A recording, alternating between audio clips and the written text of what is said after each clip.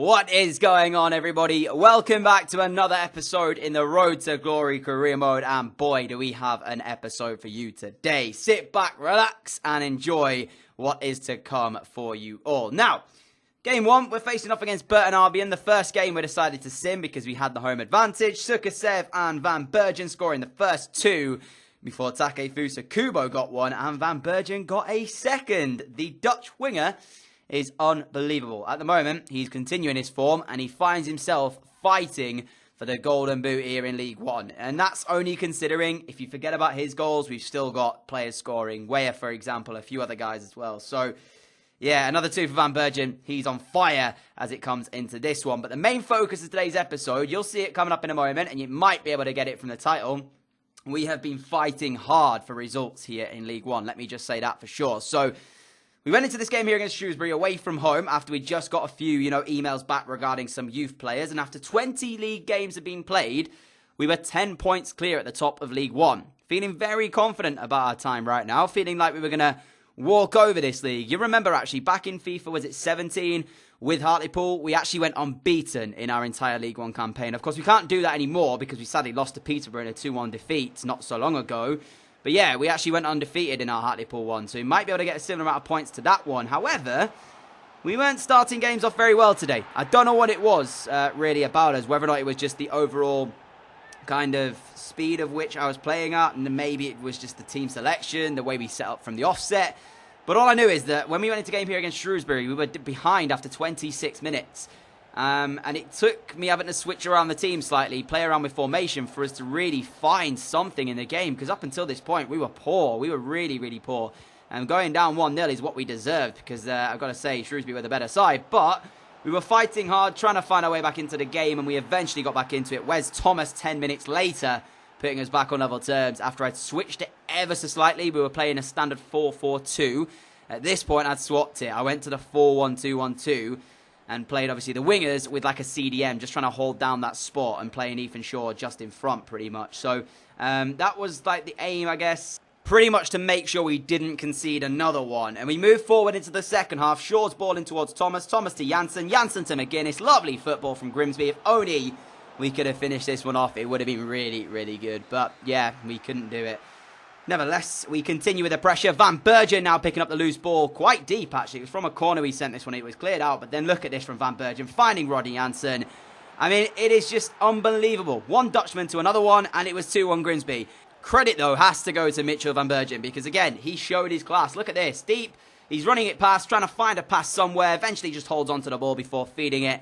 And there is Janssen's finish as well. Cool, composed, typical number 9 finish. Big plans ahead for this guy, as well as a lot of this Grimsby Town side. I've got to admit, right now, this is one of my more favourite series to record, especially, and I've got to say, it will probably overtake Hartlepool as one of my favourite Road to Glories, because there's a lot of players that I look forward to seeing as Hesson Thaler smashes in a third for Grimsby Town here to give us the 2-goal advantage and pretty much secure our 3 points after falling 1-0 down in the game. But yeah, I've got to admit, this is my most favourite, most enjoyable, I'd say, Road to Glory, though, so far. Hartlepool still hold it, and they do hold a special place, obviously, with the likes of Ollie Hill coming through, with the likes of Riera Canadell as well. But if we get to the potential of some of these players, I feel that this one will be the best one I've ever done. So hopefully, fingers crossed, we can perform and get this to the potential that I know it is capable of in terms of a Grimsby side. So from 1-0 down to 3-1 winners, we had to work hard, we had to fight back, we had to stay calm. And we did just that. It's not too difficult, though, when you've got players like Van Bergen in your side, because he is unreal. And that is confirmation of a fantastic month for him, picking up the November Player of the Month award. It's to be expected. I think he scored something like 4 or 5 goals with a couple of assists as well that month. So if there was anyone else in there that got it, I'd feel very, very hard on Van Bergen, because he deserved it out of pretty much all the players in League One. Following that, it was Accrington Stanley. Who are they, as the advert goes? But we took an early lead. Takefusa Kubo scoring inside 4 minutes. You may be noticing as well, where's Thomas in the side here? That is because we actually had a few fitness issues going into these games. We eventually swapped it back around. Tim Weah came back in for this one against Blackpool alongside Takefusa Kubo, who got a yellow card very early on in this one. Not the goal that he got in the previous one, but Weah was back in the side to score. and make it 1-0 after 40 minutes. Van Bergen doubled our advantage. It was good that he did because we conceded from O'Sullivan a minute later, but we held on to a 2-1 victory. So this side, even simming games, actually is a very, very good team. We just need to sort it out at the back. That's the only issue right now. 17 wins from 22 games, only drawing 4 and losing just the 1 is an unbelievable return right now. So I am very, very proud of the way this team is performing. Very much like game number 1 against Shrewsbury, though. We were caught out from the earlier parts. Potter smashed the home side Rotherham into a 1-0 lead. A slow start again, to be brutally honest, not good enough from the boys. Don't know what it is that's causing this issue, whether or not it's the way I've started, like I mentioned earlier. I'm not sure what it is, but all I can say is that we can't get used to this, because I said to you right at the beginning of this season, when we join League One, we can't afford to make mistakes because teams will make us pay for it. Luckily, spoke about it earlier, Van Bergen this side, I just know he's going to bring up something for us. He does that. We're back in the game at 1-1, 19 minutes on the clock. So, although we went 1-0 down again, we fought back again. That is why the title is what it is today, because these are the fight back kings right now in Grimsby Town. Another 1-0 deficit, another fight back. We got ourselves back on other terms. That's all I can ask of the boys. It's taken some incredible moments, though, from specific individuals like Van Bergen, like Weyer, like at a push Katake Fusakubo, like Shaw, to actually make this happen. And I'm a bit disappointed in the way we're starting these games off. So maybe it should be a change in formation. If you've got any ideas, potentially leave me a comment. Might take a look at it and try it for you guys. Could be worth noting. I think the best situation right now is to try and play a 4-1-2-1-2 to utilise pretty much everybody. The likes of Ethan Shaw as a cam. Maybe play Peterson in that CDM role just to like kind of protect the back four, if you will. That could be the way we try and do it. But for right now, all I know is that this fast start has to be addressed. We have to start doing it better. Went 2-1 up for Roddy Janssen after we hit the crossbar. And then in the 32nd minute, Van Bergen on the left creates a really good opportunity. His pass inside, not really finding anybody. Tried to run back onto it and make it. It bounced in the box for Tim Weyer, who smashes in the third of the day. 33 minutes gone. We've gone from 1-0 down to making it 3-1 in a matter of half an hour. Unbelievable turnaround. As I said, I don't know what actually happened with Van Bergen's touch/pass there. Went straight to a Rotherham player, and for a second I was a bit worried, but he got back on it really well. Rotherham's credit, they fought back really well. How about that for a strike, ladies and gentlemen? Cross put into the mixer. Max Jackson heads out straight to Potter. It's 3-2 and Rotherham are back in the game. What a strike it was just before that, though. I'm not sure who hit it, but all I'll say is kudos to you, my man, because that nearly put your side unbelievably back into this game, which it did anyways because they scored. And then with the final kick of the game, it was a free kick to us.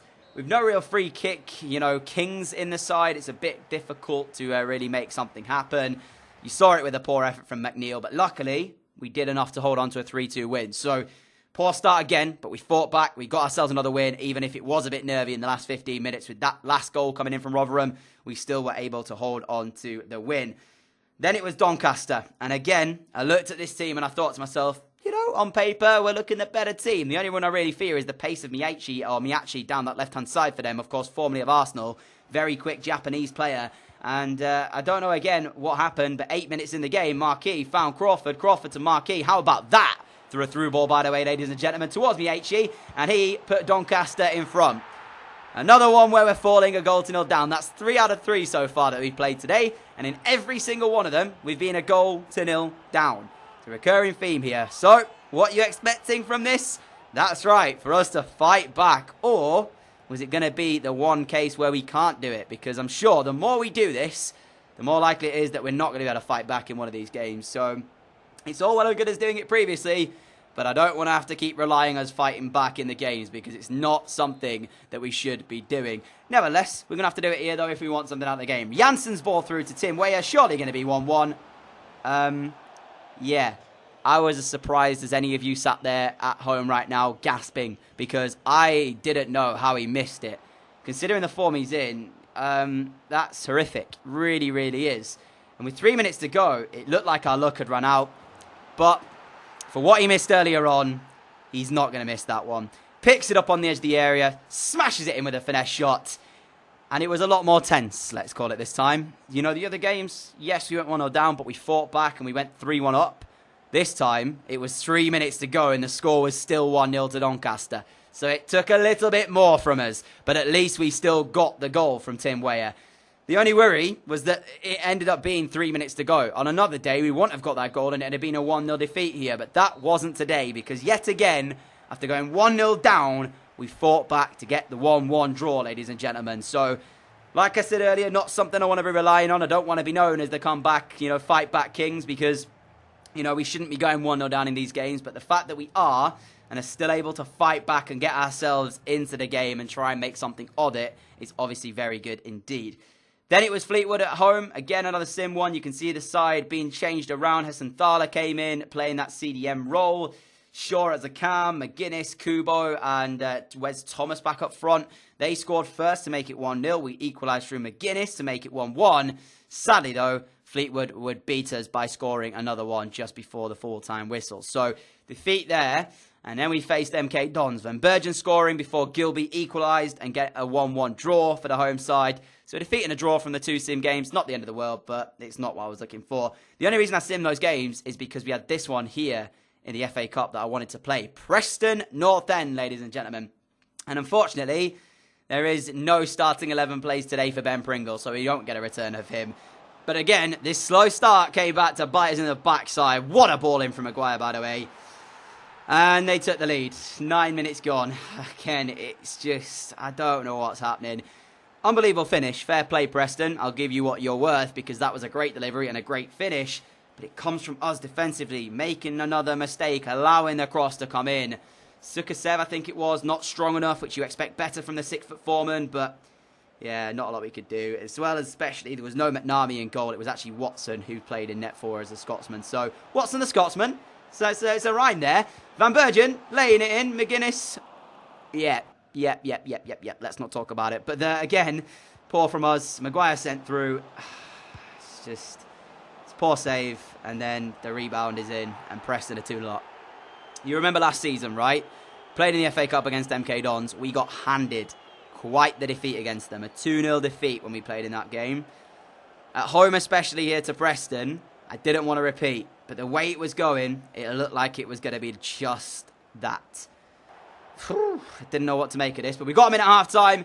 Really had a go and said, listen, we need to improve. Ethan Shaw, giving us a Shaw special after we come back out for the break to make it 2-1, giving us some way back into the game.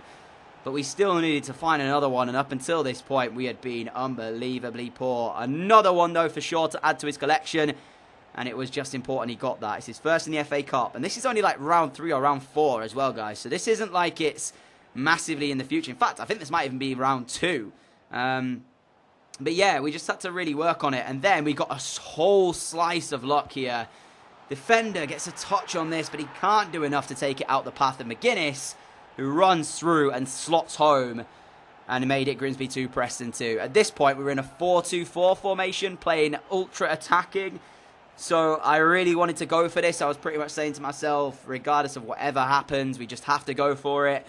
Don't care about defending. It's all about trying to commit men forward. I mean, you can see, look in the background there. We were basically in a 3-on-2 at the back if that ball got played back. So, yeah, we just kind of went for it pretty much. And although we got ourselves back on level terms, Daniel Johnson, lovely ball through to Maguire. It ends up going straight to Brown instead. And he puts the ball in to make it Preston 3, Grimsby 2.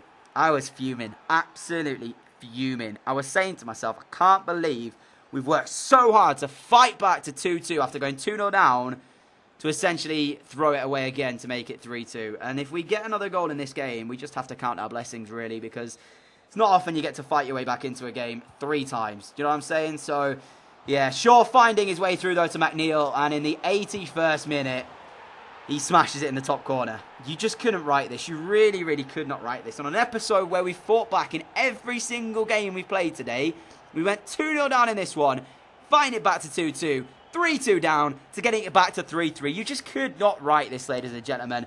I felt that this game took it all out of me. I really, really, really felt tired after this. It was draining, and we had actually a chance to win this. Peterson's ball through to McNeil. Questions of offside. Must have just stayed on the line. Nothing given. You're thinking, finish it, mate. Oh, you've got to be joking. You've got to be joking. I can't generally believe that that game has ended 3-3 with us not going through. You can see the match facts. It was very, very close. It was a tough game. And we just had to really say, well done, basically, to the boys, because we had to fight back. It's annoying we've got to play a replay, but that's the way it'll go. So that's it for today's episode, though, guys. Thank you so much for watching. Kudos to my players for fighting back on every occasion. It's all I can ask from them, but we've got to sort out this slow start. 7 points clear at the top of the table, less than we started off the episode with, but we'll look to build on it. If you are new around here, like what you see, the subscribe button is down below. Click it to follow me on the channel. We are approaching 30,000, so thank you so much for that, and I'll catch you all again tomorrow with another video. Adios.